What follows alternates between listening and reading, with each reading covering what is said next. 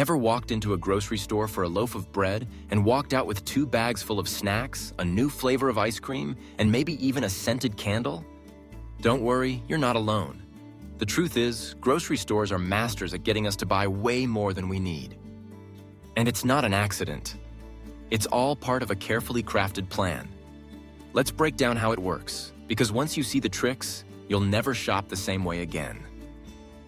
First, let's talk about the sheer number of products lining those shelves. The average mainstream grocery store stocks around 30,000 products. In the US, that number can hit 40,000 or more. Now, nobody actually needs that many choices. Unless you're hosting an international food festival in your backyard, you probably don't need 20 brands of peanut butter or 50 kinds of breakfast cereal. But every extra product is a sneaky invitation to grab just one more thing, or 5. Why do they do it?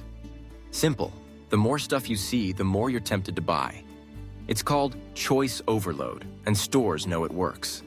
When your brain is bombarded with endless options, it gets tired. That's when your willpower starts to slip, and suddenly, that extra bag of chips or a new type of chocolate bar ends up in your cart. But it goes deeper than just the number of options. Have you ever noticed how the essentials, like bread, milk, and eggs, are always at the very back of the store? That's not a coincidence. By forcing you to walk past aisles of tempting treats and flashy displays, stores are banking on you picking up a few extras along the way. It's like an obstacle course designed to trip up your inner minimalist. Then there's the art of product placement. Big brands pay big bucks to get their products at eye level, right where you're most likely to grab them. Cheaper or generic options are shoved down low or up high, where you're less likely to look. And those colorful displays at the end of aisles? They're called end caps, and they're prime real estate for impulse buys. Sometimes, those aren't even the best deals. They're just positioned to look irresistible. Don't forget about the smells. Ever wondered why it suddenly smells like fresh bread, even if the bakery section is way in the back? Grocery stores will actually pump out artificial scents or bake bread at peak hours to trigger your hunger and your spending. Hungry shoppers buy more, plain and simple. And let's talk about those special deals. Buy one, get one free, or limited time only discounts are everywhere. But here's the thing, these deals often encourage you to buy more than you actually want. Maybe you just needed one yogurt, but when you see a 5 for $5 deal, suddenly you're loading up. The result? We end up overeating, overspending, and, let's be honest, throwing a ton of unused food away. It all adds up. Every year, Americans toss out about 30 to 40% of the food they buy. That's not just bad for your wallet, it's bad for the environment too. So what can you do? Go in with a list and stick to it. Don't shop hungry. And remember, just because it's on sale or sitting at eye level doesn't mean you need it. Grocery stores are set up to make us overspend, but a little awareness goes a long way. Next time you walk in for that loaf of bread, you'll know exactly what's going on. And maybe, just maybe, you'll make it out with only what you need. I made a statement that 20 products are all you really need to get by each week, and someone commented that it would be really interesting to see what those items are. So, here they are. Now, there are lots of caveats and exceptions I could add. For instance, if you have any food intolerances or special dietary needs, you may need to include or exclude specific products. Also, while we broadly live off these 20 items in our house each week, we obviously cook with other things we don't buy every single week, so they aren't included. Finally, and perhaps most importantly, you'll likely have very different opinions on how many and which items constitute a list of weekly must-haves. I not only freely accept that, but I encourage it. So please tell me in the comments what you think stays, what goes, and what you'd swap in instead. Okay, enough with the preamble. Let's start looking at some essential groceries. I'll go through this more or less as you would if you were building a meal. Olive oil. We start with olive oil, something you can cook your food in that's better for you than seed oils. We've decanted it into this cool little squeezy bottle. It's versatile and heart-healthy. You can go from salad dressing to frying with it. Just be careful because it burns at a lower temperature than something like sunflower oil. But other than that, it's a great option for all the reasons I've laid out. Garlic and onions. Numbers 2 and 3 pretty much come as a pair, and they're non-negotiable as far as I'm concerned. You've got your garlic, you've got your onions. They're the base flavor for pretty much whatever cuisine you're cooking. I can think of very few meals made in this kitchen that don't start with onions and garlic frying off in a hot pan. Both are so important that I've separated them from the rest of the vegetable family, which I'll come back to in a moment. Whole chicken. Next, you're going to need some meat, some protein. I've spoken about this one before. It's very versatile and flexible. You've got your whole bird, a whole chicken.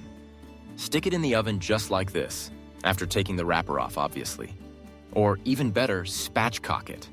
Take that spine out to ensure your chicken has no backbone. Then you can turn that into stock, which means you don't need to add store-bought stock cubes to this list, and it cooks quicker.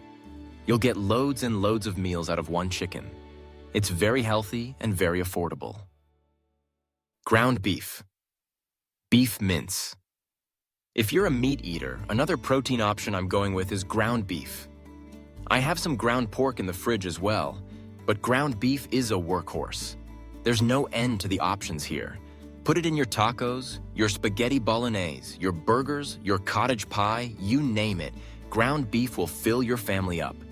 It takes on flavor well and freezes well. Lentils or beans. You can stretch your ground beef even further with number 6. Your lentils or your beans. I'm giving myself a bit of leeway here. It's not a test after all, so take it easy. So one or the other of beans or lentils each week. They're a budget stretcher. You can add them with your mince to bulk it out, or you can make soups, stews, or salads. They provide more protein, more fiber, are very low cost, and again, very versatile. And by the way, canned or dried doesn't really matter to me much in my view, so a good balance between the two is what I recommend. Eggs and canned fish. 2 more super handy protein options are at number 7 and 8, eggs and canned fish. Eggs don't need much explanation at all. I think we all know how to use those. For canned fish, we have a little joke in our house that we are never, ever to run out of canned tuna. Mark my words, you'll have a better life if you adopt the same principle. Salt. You're going to need something for seasoning, which is where your salt comes in. Yes, other herbs and spices should definitely be in your cupboard for this purpose, but again, they are not weekly purchases. If you're being really strict with yourself, then you can quite happily get away with just salt, in my opinion. What do you think about that? Fresh vegetables. Now, completing the first half of the list, we have fresh vegetables. Yes, I've grouped a huge number of individual items under their family name. That's principally because I don't think it matters too much which specific vegetables you want to buy each week, as long as you buy some. I personally always make sure we have on hand some carrots and some celery. They're always on the list going into the trolley. Why? Because they go great chopped in stews. They add flavor to stocks, and they are also very snackable and very lunchboxable. The main thing is, don't overcomplicate your vegetable position. Whatever you're doing, just pick a couple that you know you're actually going to use. Frozen mixed vegetables. For even more flexibility, I'm going with frozen mixed vegetables for number 11. They're frozen, so they're always on hand, still have very good nutritional value, and you can easily add them to the things you're cooking or just have them on the side of your main meal. Canned tomatoes. Number 12 is your canned tomatoes. Believe it or not, I went to look for some in the cupboard and couldn't find them because we cooked our last tin of those last night. So, my substitute, just as a reference point, is passata, and we have this on the list for our next shopping trip already. Basically, you can't cook proper food without some degree of moisture, some acidity, and some body, and canned tomatoes bring all 3. Passata can help too.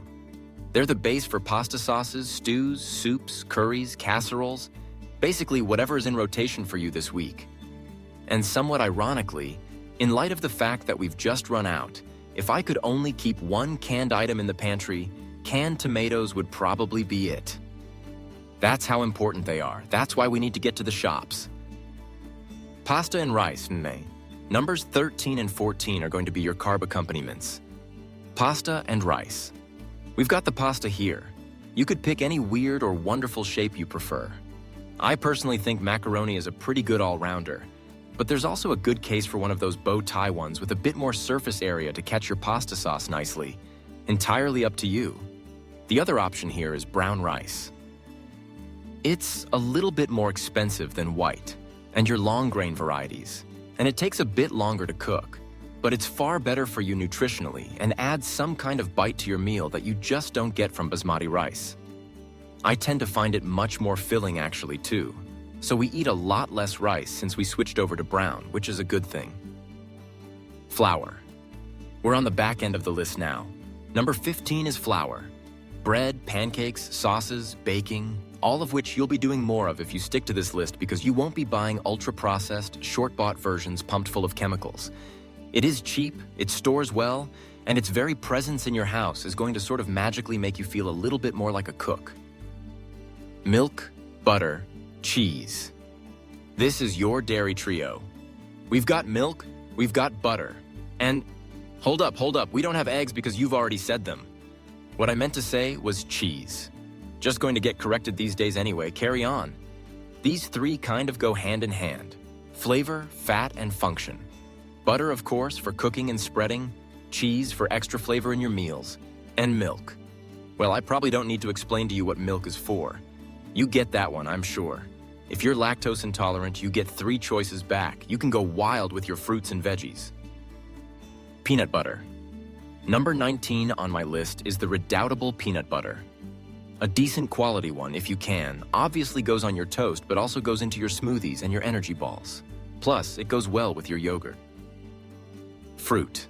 And that leaves us with the 20th and final choice, which for me is your fruits. Another cheeky little roll-up here, but as long as you've got a couple of these in your trolley or your cart each week, then I think you're in pretty good shape. Apples, bananas, maybe something a bit citrusy. This is what my kids snack on, and I put it in our smoothies in the morning. Another choice that keeps us away from all the pre-packaged snacks you get in the shops. All right, so there you have it. That's my list of the only 20 groceries you need to be buying each week for a healthy, nutritious, balanced diet. I've made some tough calls, and there's plenty to talk about, which I hope you will in the comments. So tell me what you think of the list. What would you put in? What would you take out? And what would you swap instead? Hit subscribe if you like this kind of thing in general, and why not head over to this one if you also like hearing about other ways to save?